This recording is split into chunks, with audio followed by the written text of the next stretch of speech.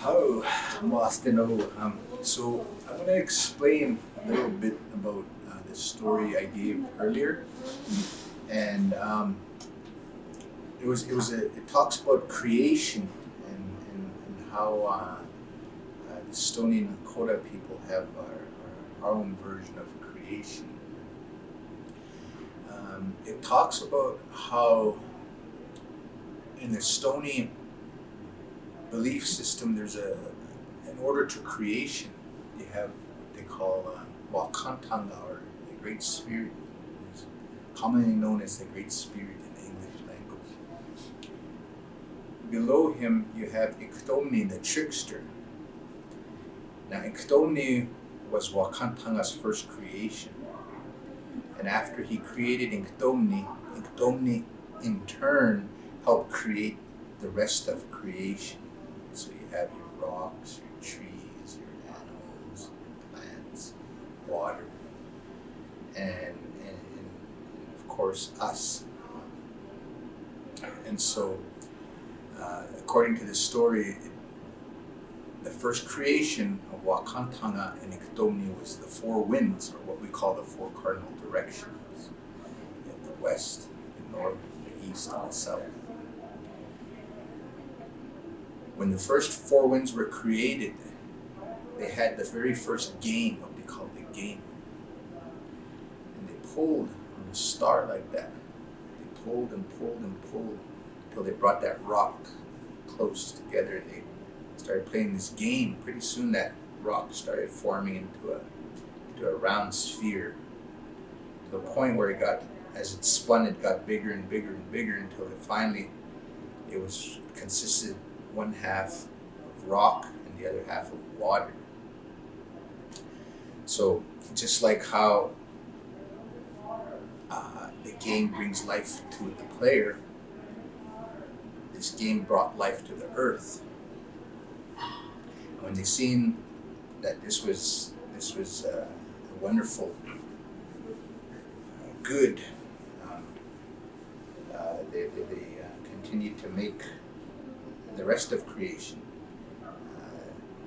Because the rock was there first, they were the first beings on earth.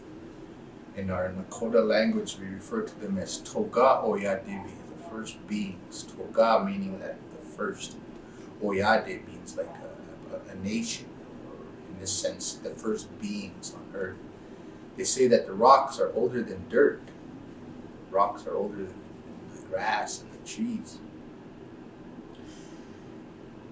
Once this earth was created, then they began to create animals. Iktomni and Wakantanga proceeded to create the animals.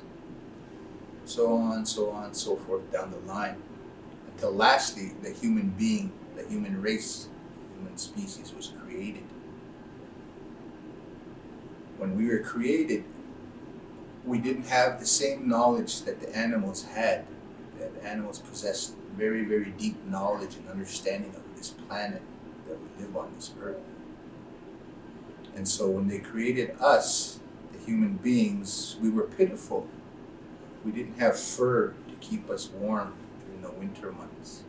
We didn't know where to get fresh water through the land here. We didn't have the slightest clue on how to survive on this land.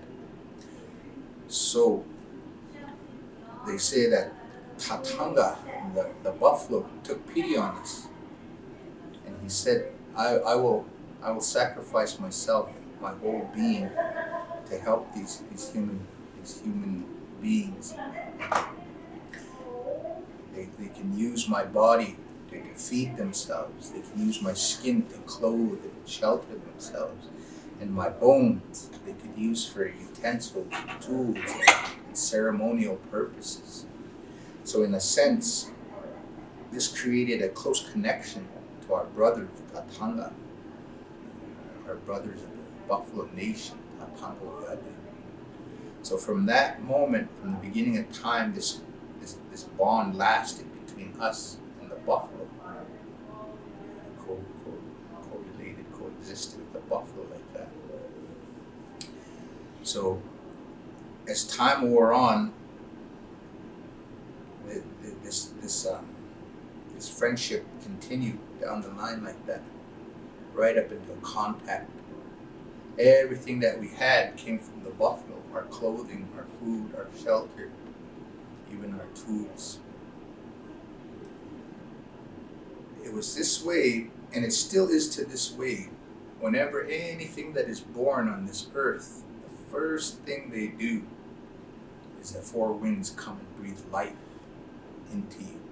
Human beings, animals, everything that breathes air on the planet here.